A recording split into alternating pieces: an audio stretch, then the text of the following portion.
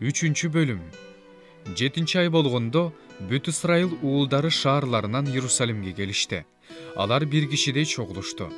Жотсадактын уулу Жешуя, анын ыйык кызмат кылуучу бир туугандары, Шалтиел уулу Зоробабыл, анын бир туугандары ордунан турушту да, Кудайдын кулу Мусанын мыйзамында жазылгандай, бүтүндөй өрттөлүүчү курмандык алып келиш үчүн Исрайыл Кудайына арнап курмандык чалынуучу жай курушту. Алар башка элдерден корккондуктан курмандык чалынуучу жайды мурунку ордуна курушту да, Кудайга арнап ар күнү эртең менен жана кечинде бүтүндөй өрттөлүүчү курмандык чалып турушту.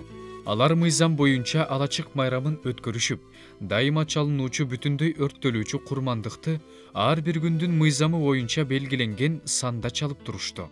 Ошондон кийин Теңирге арналган баардык майрамдарда, ай жаңырганда дайыма чалынуучу бүтүндөй өрттөлүүчү курмандыкты өрттөп турушту. Ар ким өз ыктыяры менен Теңирге арнап тартууларын берип турушту. 7 айдын 1-эле күнүнөн баштап Теңирге арнап бүтүндөй өрттөлүүчү курмандыктарды өрттөй башташты. Бирок Теңирдин ибадатканасынын пайдубалы коюла элек болчу. Алар таш сомдоочуларга, жыгач усталарга күмүш берип турушту.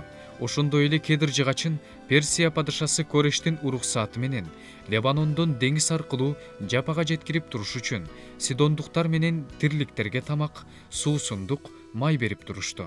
Алар Иерусалимдеги Кудайдын үйүнө келгенине 2 жыл, 2 ай болгондо Шалтиел уулу Зоробабыл менен Жотсадак уулу Жешуя жана алардын бөлөк бир туугандары, ыйык кызмат кылуучулар, лебилер Иерусалимге кайтып келген баардык туткундар курулушту башташты.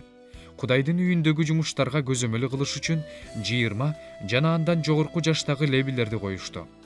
Жүйүт тукуму болгон Жешуя менен анын уулдары, бир туугандары, Кадмиел менен анын уулдары Кудайдын үйүн куруп жаткандарга бир кишидей башчылык кылып турушту.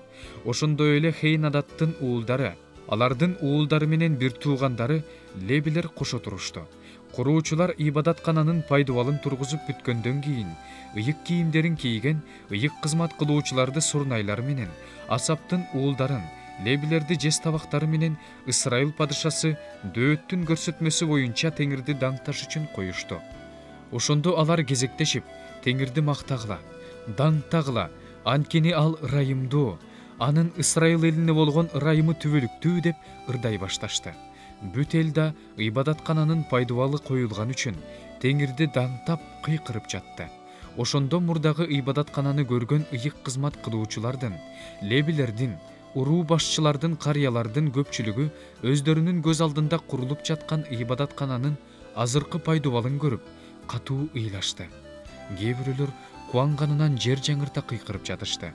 Ошондо эл кубанычтын кыйкырыгы менен ыйы-күрүгүн ажырата албай калды. Анткени эл жер жаңырта кыйкырып, алардын үнү алыска угулуп жатты.